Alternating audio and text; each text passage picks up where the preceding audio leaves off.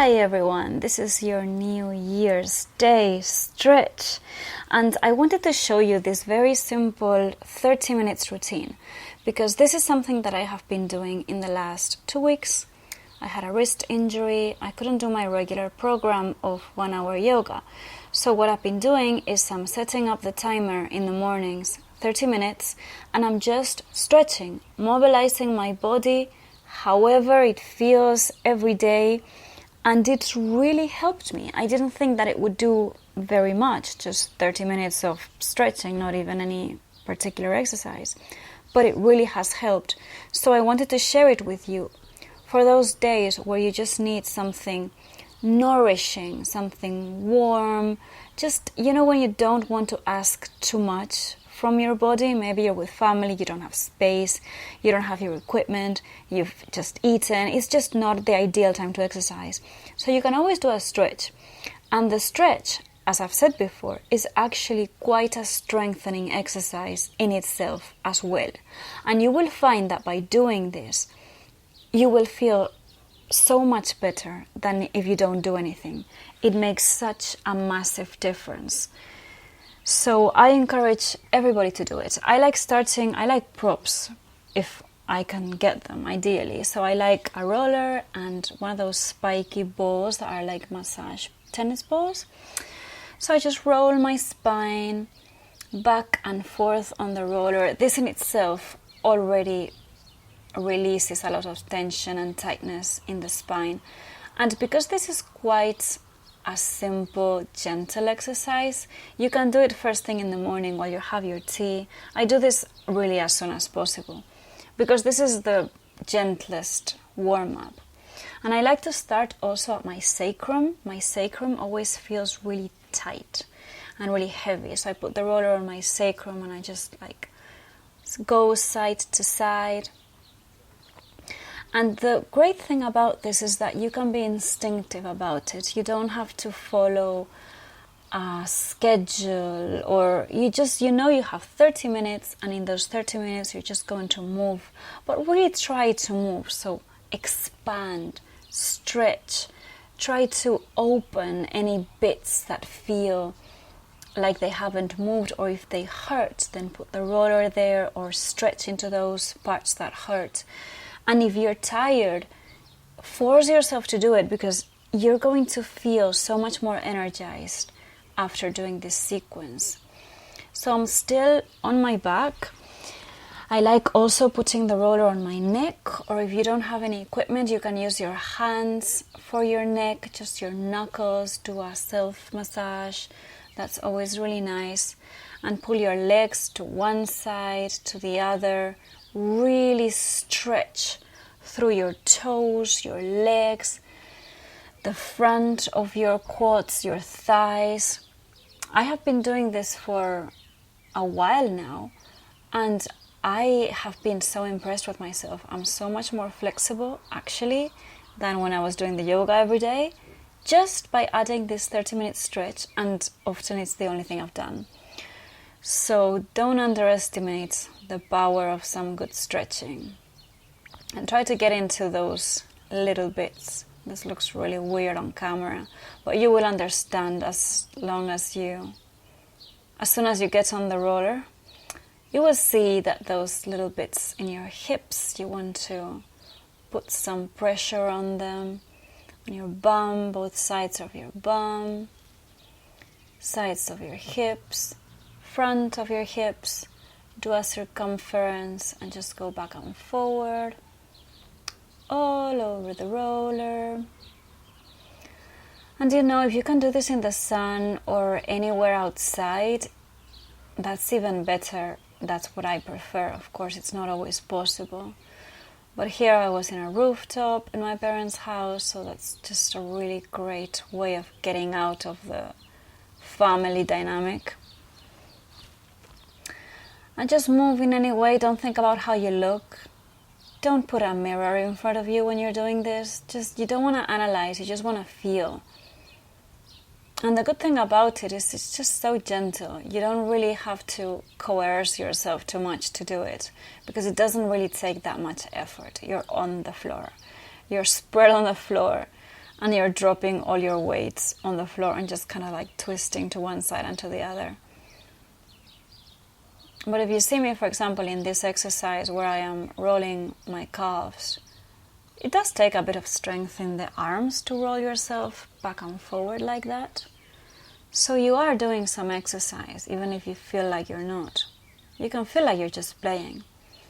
And also what I like to do is listen to my favorite podcast while I do this. So it's kind of like a nice morning routine that I actually look forward to if I'm having my tea, which I am right now. So it's really nice and synchronized.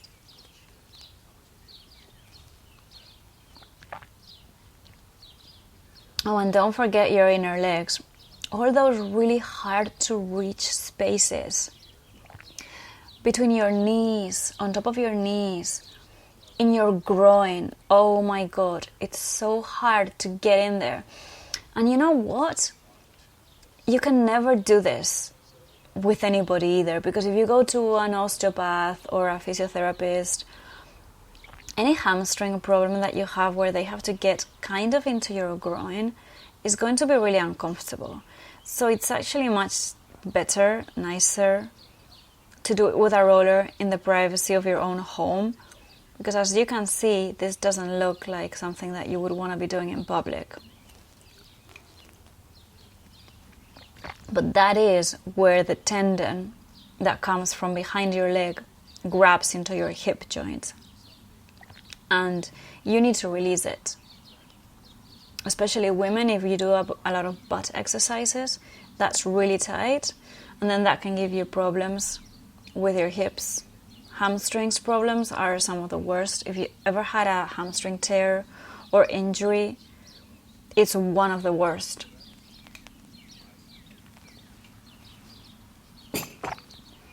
So I'm still rolling, and 7 minutes have gone by. Still kind of rolling the inside of my hip, my quads, my thigh, top of my thigh, stretching my arms at the same time. Already, by doing 5 minutes of rolling, you will feel it immediately. And then I like to put the spiky massage ball under my feet and do a bit of massage on the sole of my feet. I think that's really nice. Sole of your feet massage. Just for a few minutes, or however much you need, that you feel that you're feeling some release. And then go on to the other foot. It's also kind of like a balance exercise. And it doesn't take any energy, it doesn't take any effort. But you are already moving parts of your body. And you will feel the release if you really put some pressure on that ball. That's really great for your feet. And it's just so good to activate your body before starting the day. This will prevent so many injuries. Even if you're going straight to yoga afterwards, actually, especially if you're going straight to yoga afterwards, you need to do this first. This is a warm-up. And then I have to do some hamstring stretch, like what you're seeing me do here. I'm stretching my hips, the outside of my hips. This one is really important, and you will feel the difference after doing this for a few days. It will become much easier and you won't feel so much stretch anymore. This one I love. I'm stretching right where the hip joint grabs onto the quad. There's a big tendon there. I think it's the psoas muscle, the one that goes right on the front of your quad. That's always really tight on me. And you really want to stretch that for quite a few minutes until you feel like it's stretched, Don't even count it. Just stay there for a bit and move in that position. And then go into downward dog, it's always a good starting and ending point. And for me, downward dog, I do it so much now that it's become a resting posture actually. It's one of those postures that feels like a rest, but it's making you activate your whole body. So it's just a really nice tension. And then this is something that you don't usually do, but it's really helpful, which is bend over and kind of towards the floor with your arms and bend your knees and stretch them. Never fully stretching your knees. So you will feel that you have to keep stability all over the sole of your foot to keep yourself from falling on your face. And just keep bending your knees and stretching them, folding over. And that stretches your hamstrings and releases your hamstrings, really.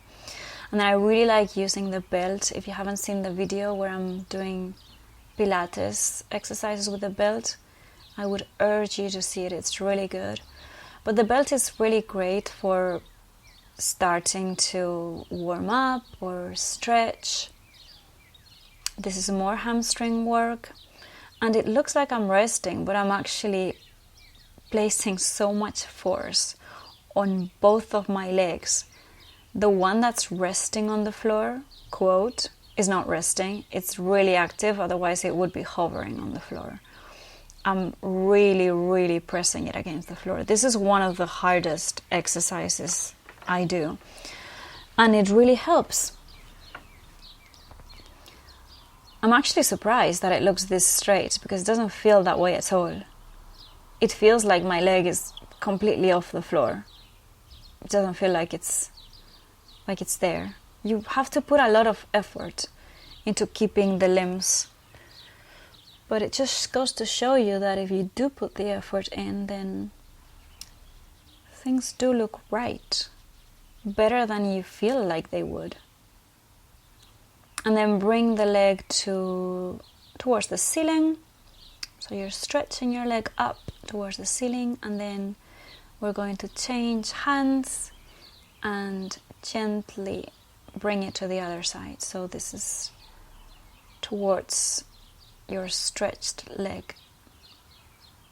Gentle twist. And I like to bring it all the way. It's a really nice twist. Keep your torso facing upwards and your straight leg where you have the yoga belt facing your left wall. It's a really, really great twist. You don't really feel so much of a twist in your spine, you feel it in your bottom. You feel the stretch in your hips. And we're going to do the same thing on the other side. First, just bend and straighten the leg that's facing the ceiling a few times. Bend, straighten, bend, straighten. Mobilize. If you need to move in any way, just move.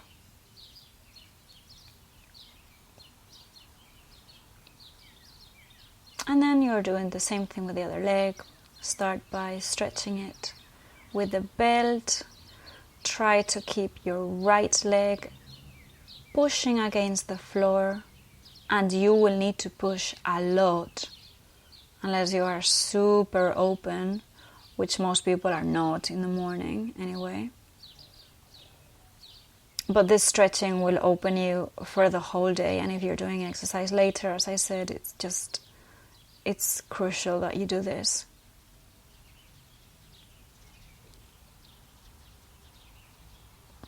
Keep stretching and thinking, visualizing how your joints are opening. Then gently take your left leg towards the left wall and think of expanding. So everything that's resting on the floor, it's not really resting, it's very active.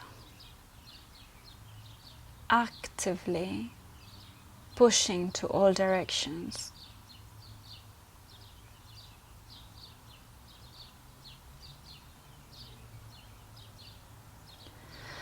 And inhale and exhale and treat it like just the most relaxing, luxurious experience. If you can also have a candle I usually do have a candle or incense burning.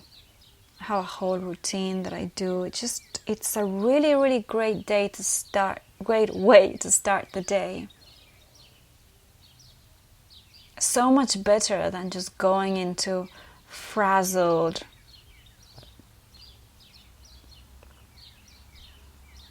And then to the other side, doing this gentle twist. Trying to keep the body stable on the floor. Your torso, your right leg pushing down as the leg on the top is facing the wall on the right.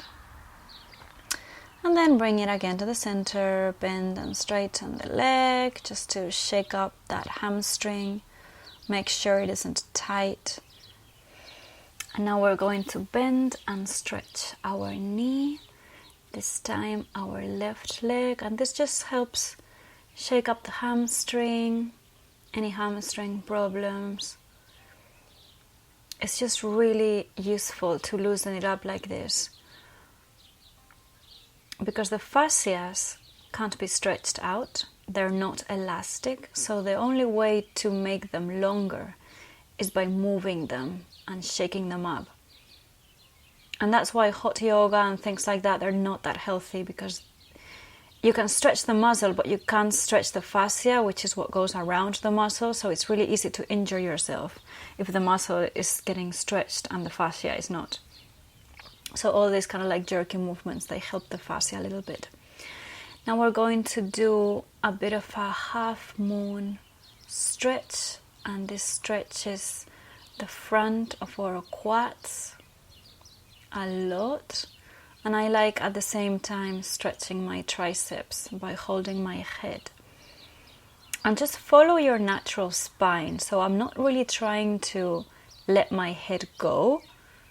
I'm just holding it in line with my spine. But really what I am trying to curve is the upper torso, which is the hardest part to curve. And now with your arms on the back, really pull away, and then you pull towards your feet, towards the floor, and this you will feel the stretch in your inner leg, groin, back of your arms. Try to keep that 90-degree angle sometimes, because it will stretch different parts than when you open or close the angle. And move in any way that you need from this position. I love making a kind of sequence out of this. So I start with my legs, and then I pull one leg, I bend it, and I pull it with one arm, and I twist at the same time. This is very yoga-like. So it's kind of like doing a gentle yoga sequence. And I just inhale and exhale until I feel like the stretch has done what it had to do. And then I twist to the other side, kind of just to balance it out, really. And you will feel the stretch in a different part of your hip joint. And then you can just step towards the back and go into a nice, simple 90-degree hamstring stretch of your right leg. And you want to try to bend on the hip joint. So not really trying to go forward too much. You're not really trying to curve. You're trying to just fold over your knee. And then I really like to press on the top of my foot during this stretch, because it helps me just stretch the top of my foot at the same time, and then move towards a closer angle on your front foot, and then move away again. Just changing the position sometimes helps. And now we're going to do a little twist. It's kind of like a floor Trikonasana. And when you do these twisting motions, where you're trying to twist is your spine, not your head. So as you can see, I'm twisting my whole body. towards the ceiling, and then the arm just follows. I'm not trying really to open anything with the arm. And in my little sequence that I do, I now go on to kind of like a crouching position with my left leg straighten out to the left of me. And this is stretching especially my inner right groin. And then I also do a bind from here, which is another yoga move that I like. This bind feels amazing, and you're twisting towards the ceiling. And just keep your left leg really stretched out. My whole body is really active. There's no relaxing here. There's no resting. And now I'm folding towards my left leg. And that becomes more of a hamstring stretch. But every time I am bending, I can feel the stretch somewhere slightly different, which is why I'm doing all of these different degrees of bending and stretching, because just every millimeter feels different in your body, which is why you need this time to open every little bit, because it really does take about 30 minutes to go through everything in terms of a quick stretch, which is enough really. You don't really need to stretch more than 30 minutes at a time.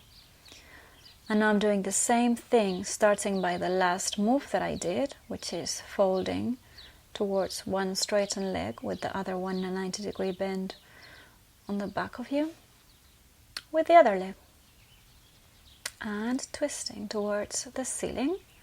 And see how I am twisting on my torso, and the arm is just following. I'm not trying to bring the arm back, but I am being very expansive in my moves. And it's nice if you can just move your shoulder joint, open it up a lot. And then you can even do a cat-cow kind of move from this position, if you feel like it. Follow what you feel. And you can even push your arms even beyond your foot on the floor and stretch more and more.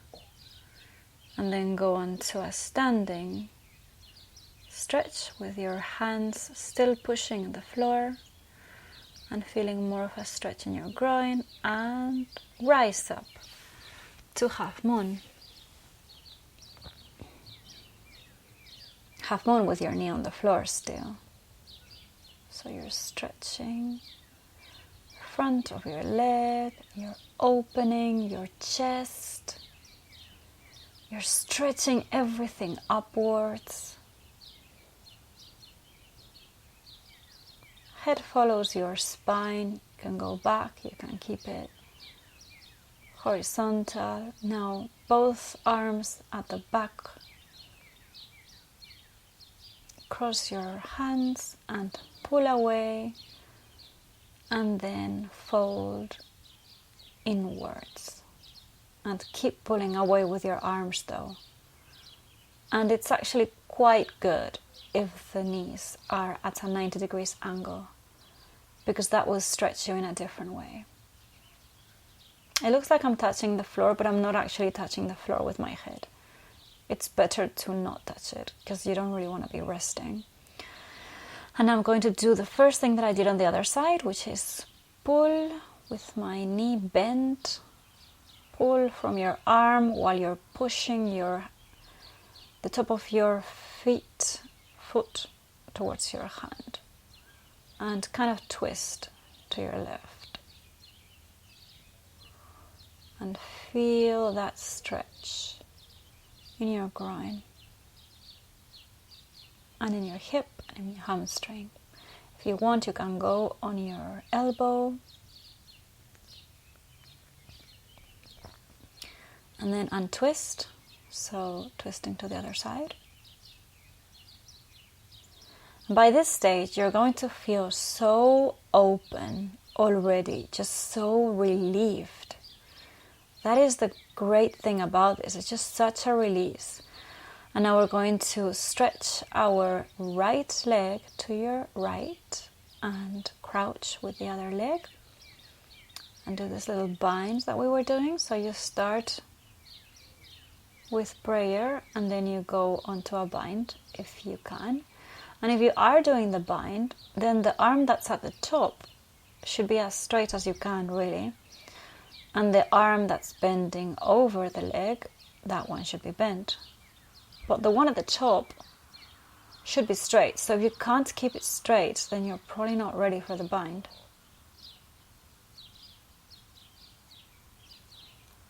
And when you're binding, obviously the purpose of the bind is to make your twist deeper. So if you're not really deepening the twist, you're just doing it for the pose, then don't do it. It's just to deepen. And now you can fold over the right leg, which is the one that's stretched. And you should be feeling the stretch on your groin and on your hamstring. A lot on your hamstring. And the whole time you're in this position, though, you have to pull your leg away. So imagine that you're trying to grow your leg at the same time that you're stretching it. Keep it really, really active. You can see that I'm just trying to bend in every angle that I can fathom. And I am ending in the same way that I ended before on the other side of the mat, which is pretty much just stretching my right leg. And then we're going to do a forward fold, classic forward fold, just to be kind of standing up. And then again, mobilize your nerves, your fascias. The only way to kind of, I don't want to say stretch because they don't stretch, they're not elastic, but the only way to move them is to literally move your joints. Bend and straighten, bend and straighten, and then your body will get used to that movement, and hopefully they will kind of give you more space. And the last little part, we have 3 minutes remaining. So you just want to shake up whatever you need to shake up. I'm doing a little bridge here. You might want to do a full wheel. I used to hate the full wheel, and now, especially if I'm not doing anything that's really a back bend, I've become a big fan of back bends. So if I haven't back bended at all, then maybe I will want to do a slight full wheel at the end of the session. It helps me. You can also do a shoulder stand, which is not really what I'm doing. I'm just playing around. But it is nice to end with a shoulder stand if you want. Or you can end with a further stretch. I'm going to do a butterfly stretch here. So in this one, your feet are as close as you can to the groin, and your knees are as close as you can to the ground. You might want to push them down with your arms. And mine are really quite flat. You can't see it, but they are as flat as they go to the ground. And then fold forward. And try putting your feet in different positions, a bit more towards the front of your mat, and fold forward. See how that feels. That usually feels pretty weird. Pretty uncomfortable. A lot of poses are all about discomfort. But it does work in the end for the best. I like to keep my arms sometimes outstretched forward because it's more challenging. And then, of course, a classic fold towards the front. Can never go wrong with a classic fold.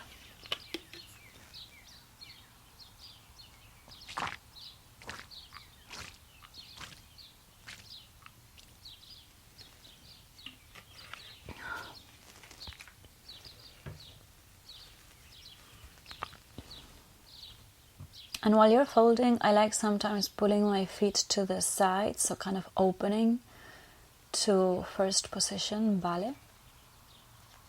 Just change slightly the tendons that you're stretching. And remember to breathe very deeply. And I will never give you a schedule of breathing, because I find that I breathe so much slower than everybody else. Maybe because I'm trained as a singer, so I'm used to being able to calculate really, really slow breathing. It just disturbs me when they tell me breathe in, breathe out. It's just, no, it takes me 4 times as much. And also I hold my breath for a few seconds usually. And I'm going to end with this position, which is kind of like a lotus. Don't know what you call this. You basically stack your knees over your ankles, opposite knee on top of opposite ankle, and then you change the crossing.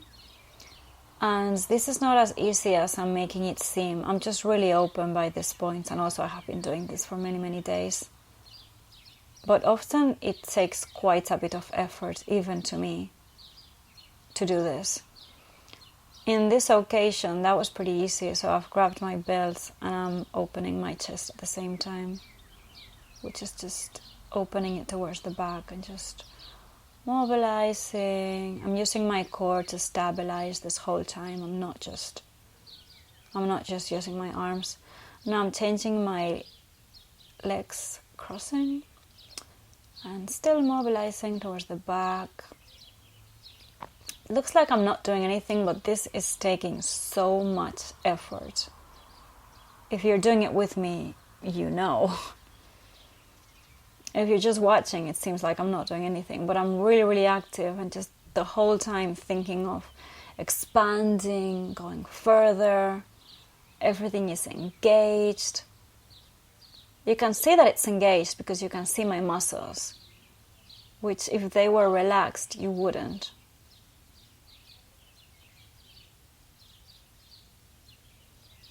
And sometimes I go towards one side, and you will always notice that my arms follow my natural position of my body. They never try to go back more.